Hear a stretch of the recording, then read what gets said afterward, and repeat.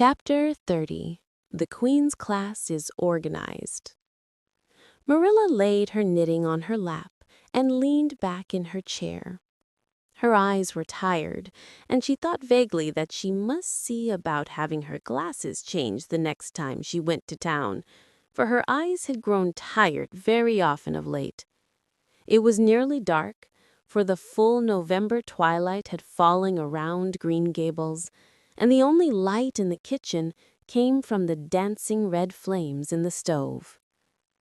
Anne was curled up Turk fashion on the hearthrug, gazing into that joyous glow where the sunshine of 100 summers was being distilled from the maple cordwood.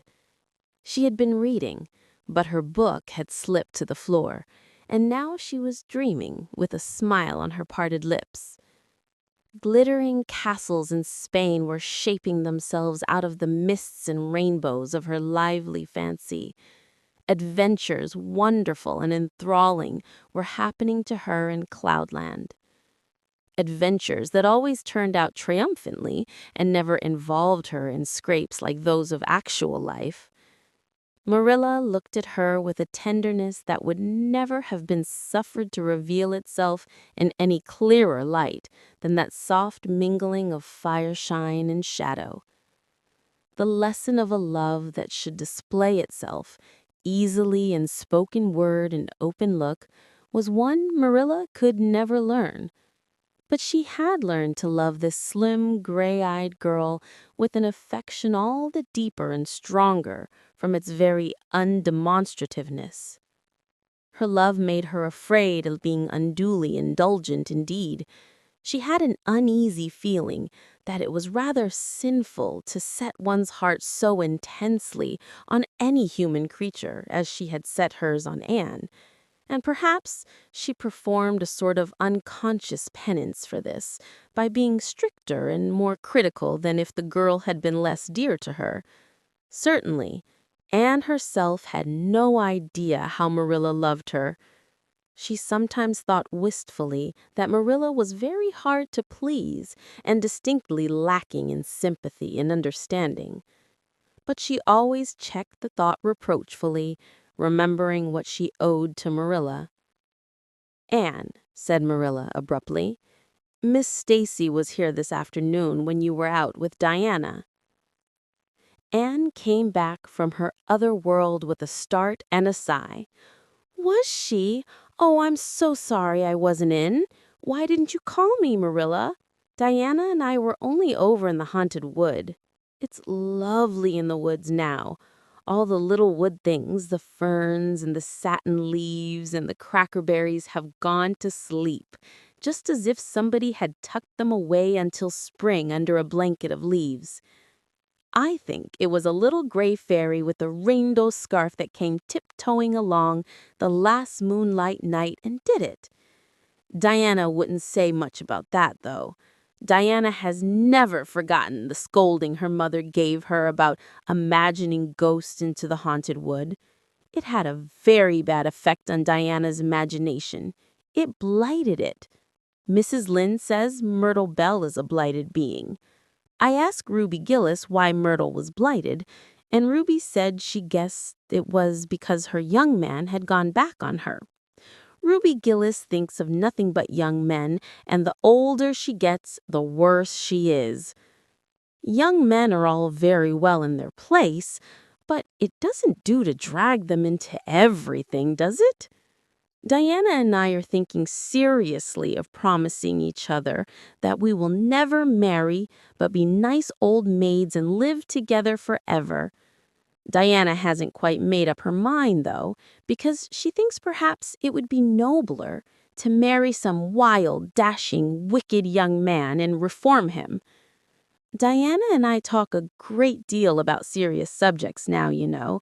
We feel that we are so much older than we used to be that it isn't becoming to talk of childish matters. It's such a solemn thing to be almost 14, Marilla. Miss Stacy took all us girls who were in our teens down to the brook last Wednesday and talked to us about it.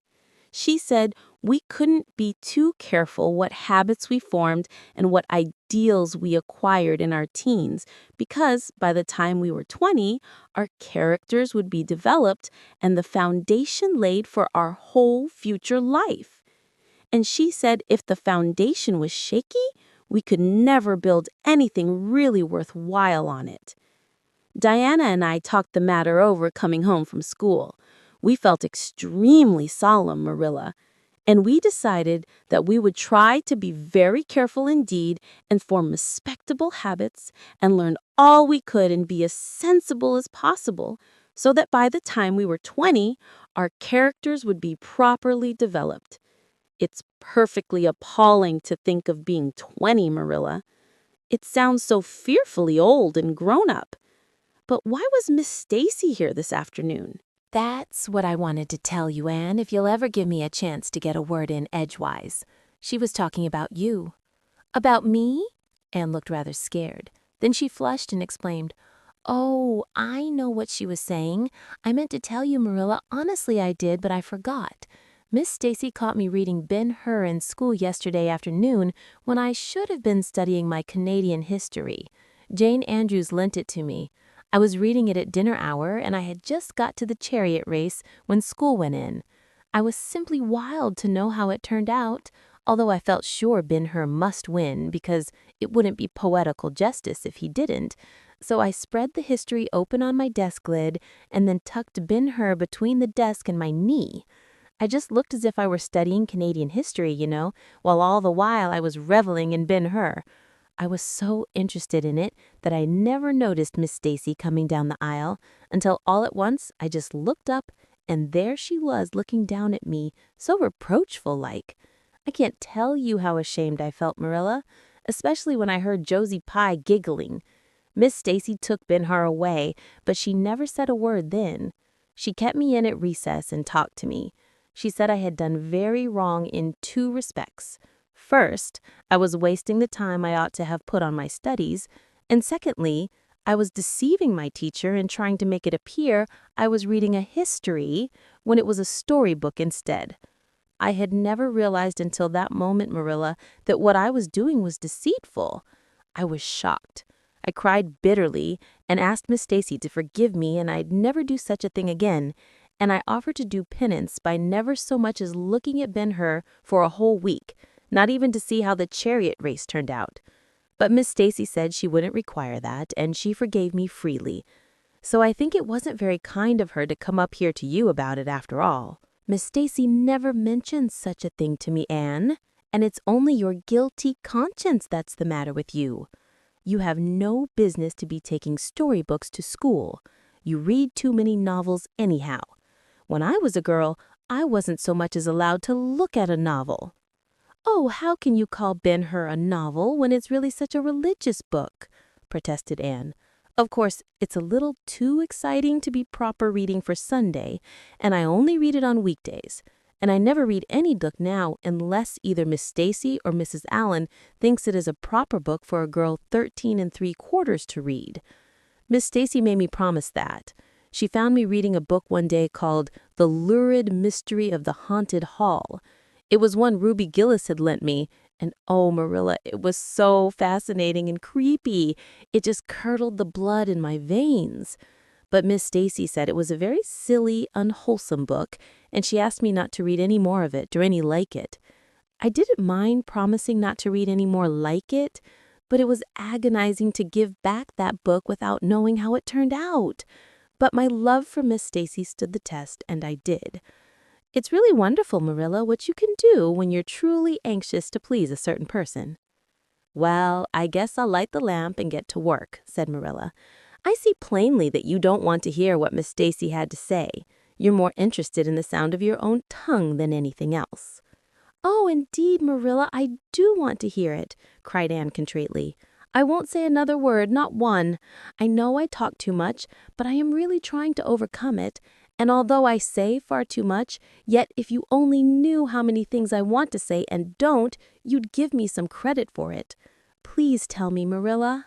"Well, Miss Stacy wants to organize a class among her advanced students who mean to study for the entrance examination into Queen's. She intends to give them extra lessons for an hour after school, and she came to ask Matthew and me if we would like to have you join it. What do you think about it yourself, Anne? Would you like to go to Queen's and pass for a teacher?" "Oh, Marilla." Anne straightened to her knees and clasped her hands. "It's been the dream of my life. That is, for the last 6 months, ever since Ruby and Jane began to talk of studying for the entrance. But I didn't say anything about it because I supposed it would be perfectly useless. I'd love to be a teacher, but won't it be dreadfully expensive? Mr. Andrews says it cost him $150 to put Prissy through, and Prissy wasn't a dunce in geometry." "I guess you needn't worry about that part of it. When Matthew and I took you to bring up, we resolved we would do the best we could for you and give you a good education. I believe in a girl being fitted to earn her own living, whether she ever has to or not. You'll always have a home at Green Gables as long as Matthew and I are here, but nobody knows what is going to happen in this uncertain world, and it's just as well to be prepared. So you can join the Queen's class if you like, Anne." "Oh, Marilla, thank you!" Anne flung her arms about Marilla's waist and looked up earnestly into her face. "I'm extremely grateful to you and Matthew, and I'll study as hard as I can and do my very best to be a credit to you. I warn you not to expect much in geometry, but I think I can hold my own in anything else if I work hard. I dare say you'll get along well enough. Miss Stacy says you are bright and diligent." Not for worlds would Marilla have told Anne just what Miss Stacy had said about her. That would have been to pamper vanity. You needn't rush to any extreme of killing yourself over your books. There is no hurry. You won't be ready to try the entrance for 1.5 years yet. But it's well to begin in time and be thoroughly grounded, Miss Stacy says. I shall take more interest than ever in my studies now, because I have a purpose in life. Mr. Allen says everybody should have a purpose in life and pursue it faithfully. Only he says we must first make sure that it is a worthy purpose. I would call it a worthy purpose to want to be a teacher like Miss Stacy. Wouldn't you, Marilla? I think it's a very noble profession. The Queen's class was organized in due time. Gilbert Blythe, Anne Shirley, Ruby Gillis, Jane Andrews, Josie Pye, Charlie Sloane, and Moody Spurgeon McPherson joined it. Diana Barry did not, as her parents did not intend to send her to Queen's. This seemed nothing short of a calamity to Anne. Never since the night on which Minnie May had had the croup had she and Diana been separated in anything. On the evening when the Queen's class first remained in school for the extra lessons and Anne saw Diana go slowly out with the others to walk home alone through the birch path and violet vale, it was all the former could do to keep her seat and refrain from rushing impulsively after her chum. A lump came into her throat, and she hastily retired behind the pages of her uplifted Latin grammar to hide the tears in her eyes. Not for worlds would Anne have had Gilbert Blythe or Josie Pye see those tears. But oh, Marilla, I really felt that I had tasted the bitterness of death, as Mr. Allen said in his sermon last Sunday, when I saw Diana go out alone, she said mournfully that night. I thought how splendid it would have been if Diana had only been going to study for the entrance, too. But we can't have things perfect in this imperfect world, as Mrs. Lynde says. Mrs. Lynde isn't exactly a comforting person sometimes, but there's no doubt she says a great many very true things. And I think the Queen's class is going to be extremely interesting. Jane and Ruby are just going to study to be teachers. That is the height of their ambition. Ruby says she will only teach for 2 years after she gets through, and then she intends to be married. Jane says she will devote her whole life to teaching and never marry, because you are paid a salary for teaching, but a husband won't pay you anything and growls if you ask for a share in the egg and butter money. I expect Jane speaks from mournful experience, for Mrs. Lynde says that her father is a perfect old crank and meaner than second skimmings. Josie Pye says she's just going to college for education's sake because she won't have to earn her own living. She says, of course, it's different with orphans who are living on charity. They have to hustle. Moody Spurgeon is going to be a minister. Mrs. Lynde says he couldn't be anything else with a name like that to live up to. I hope it isn't wicked of me, Marilla, but really, the thought of Moody Spurgeon being a minister makes me laugh. He's such a funny-looking boy with that big fat face and his little blue eyes and his ears sticking out like flaps. But perhaps he will be more intellectual-looking when he grows up. Charlie Sloane says he's going to go into politics and be a member of Parliament. But Mrs. Lynde says he'll never succeed at that because the Sloanes are all honest people, and it's only rascals that get on in politics nowadays. What is Gilbert Blythe going to be? Queried Marilla, seeing that Anne was opening her Caesar. I don't happen to know what Gilbert Blythe's ambition in life is, if he has any, said Anne scornfully. There was open rivalry between Gilbert and Anne now. Previously, the rivalry had been rather one-sided, but there was no longer any doubt that Gilbert was as determined to be first in class as Anne was. He was a foeman worthy of her steel. The other members of the class tacitly acknowledged their superiority and never dreamed of trying to compete with them. Since the day by the pond when she had refused to listen to his plea for forgiveness, Gilbert, save for the aforesaid determined rivalry, had evinced no recognition whatever of the existence of Anne Shirley. He talked and jested with the other girls, exchanged books and puzzles with them, discussed lessons and plans, sometimes walked home with one or the other of them from prayer meeting or debating club. But Anne Shirley he simply ignored, and Anne found out that it is not pleasant to be ignored. It was in vain that she told herself, with a toss of her head, that she did not care. Deep down in her wayward, feminine little heart, she knew that she did care, and that if she had that chance of the lake of shining waters again, she would answer very differently. All at once, as it seemed, and to her secret dismay, she found that the old resentment she had cherished against him was gone just when she most needed its sustaining power. It was in vain that she recalled every incident and emotion of that memorable occasion, and tried to feel the old satisfying anger. That day by the pond had witnessed its last spasmodic flicker. Anne realized that she had forgiven and forgotten without knowing it, but it was too late. And at least neither Gilbert nor anybody else, not even Diana, should ever suspect how sorry she was and how much she wished she hadn't been so proud and horrid. She determined to shroud her feelings in deepest oblivion, and it may be stated here and now that she did it. So successfully that Gilbert, who possibly was not quite so indifferent as he seemed, could not console himself with any belief that Anne felt his retaliatory scorn. The only poor comfort he had was that she snubbed Charlie Sloane, unmercifully, continually, and undeservedly. Otherwise, the winter passed away in a round of pleasant duties and studies.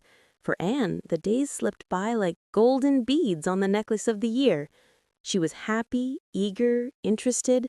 There were lessons to be learned and honor to be won, delightful books to read, new pieces to be practiced for the Sunday school choir, pleasant Saturday afternoons at the manse with Mrs. Allen, and then, almost before Anne realized it, spring had come again to Green Gables, and all the world was abloom once more. Studies paled just a wee bit then. The Queen's class, left behind in school while the others scattered to green lanes and leafy woodcuts and meadow byways, looked wistfully out of the windows and discovered that Latin verbs and French exercises had somehow lost the tang and zest they had possessed in the crisp winter months. Even Anne and Gilbert lagged and grew indifferent. Teacher and taught were alike glad when the term was ended and the glad vacation days stretched rosily before them. "But you've done good work this past year," Miss Stacy told them on the last evening, "and you deserve a good, jolly vacation. Have the best time you can in the outdoor world, and lay in a good stock of health and vitality and ambition to carry you through next year. It will be the tug of war, you know, the last year before the entrance." "Are you going to be back next year, Miss Stacy?" asked Josie Pye. Josie Pye never scrupled to ask questions. In this instance, the rest of the class felt grateful to her. None of them would have dared to ask it of Miss Stacy, but all wanted to, for there had been alarming rumors running at large through the school for some time that Miss Stacy was not coming back the next year, that she had been offered a position in the grade school of her own home district and meant to accept. The Queen's class listened in breathless suspense for her answer. "Yes, I think I will," said Miss Stacy. "I thought of taking another school, but I've decided to come back to Avonlea. To tell the truth, I've grown so interested in my pupils here that I found I couldn't leave them. So I'll stay and see you through." "Hurrah!" said Moody Spurgeon. Moody Spurgeon had never been so carried away by his feelings before, and he blushed uncomfortably every time he thought about it for a week. "Oh, I'm so glad," said Anne with shining eyes. "Dear Stacy, it would be perfectly dreadful if you didn't come back. I don't believe I could have the heart to go on with my studies at all if another teacher came here." When Anne got home that night, she stacked all her textbooks away in an old trunk in the attic, locked it, and threw the key into the blanket box. "I'm not even going to look at a school book in vacation," she told Marilla. "I've studied as hard all the term as I possibly could, and I've pored over that geometry until I know every proposition in the first book off by heart, even when the letters are changed. I just feel tired of everything sensible, and I'm going to let my imagination run riot for the summer. Oh, you needn't be alarmed, Marilla. I'll only let it run riot within reasonable limits. But I want to have a real good, jolly time this summer, for maybe it's the last summer I'll be a little girl. Mrs. Lynde says that if I keep stretching out next year as I've done this, I'll have to put on longer skirts. She says I'm all running to legs and eyes. And when I put on longer skirts, I shall feel that I have to live up to them and be very dignified. It won't even do to believe in fairies then, I'm afraid. So I'm going to believe in them with all my whole heart this summer. I think we're going to have a very gay vacation. Ruby Gillis is going to have a birthday party soon, and there's the Sunday school picnic and the missionary concert next month. And Mr. Barry says that some evening he'll take Diana and me over to the White Sands Hotel and have dinner there. They have dinner there in the evening, you know. Jane Andrews was over once last summer, and she says it was a dazzling sight to see the electric lights and the flowers and all the lady guests in such beautiful dresses. Jane says it was her first glimpse into high life, and she'll never forget it to her dying day. Mrs. Lynde came up the next afternoon to find out why Marilla had not been at the aid meeting on Thursday.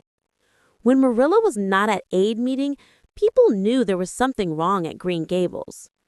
"Matthew had a bad spell with his heart Thursday," Marilla explained, "and I didn't feel like leaving him. Oh yes, he's all right again now, but he takes them spells oftener than he used to, and I'm anxious about him. The doctor says he must be careful to avoid excitement. That's easy enough, for Matthew doesn't go about looking for excitement by any means, and never did. But he's not to do any very heavy work either, and you might as well tell Matthew not to breathe as not to work. Come and lay off your things, Rachel. You'll stay to tea? Well, seeing you're so pressing, perhaps I might as well stay," said Mrs. Rachel, who had not the slightest intention of doing anything else. Mrs. Rachel and Marilla sat comfortably in the parlor, while Anne got the tea and made hot biscuits that were light and white enough to defy even Mrs. Rachel's criticism. "I must say Anne has turned out a real smart girl," admitted Mrs. Rachel, as Marilla accompanied her to the end of the lane at sunset. "She must be a great help to you." "She is," Marilla said, "and she's real steady and reliable now. I used to be afraid she'd never get over her feather-brained ways, but she has, and I wouldn't be afraid to trust her in anything now.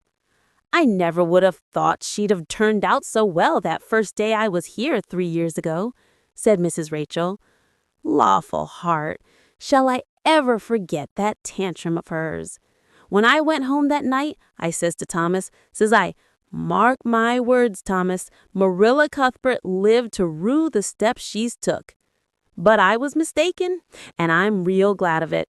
I ain't one of those kind of people, Marilla, as can never be brought to own up that they've made a mistake. No, that never was my way, thank goodness.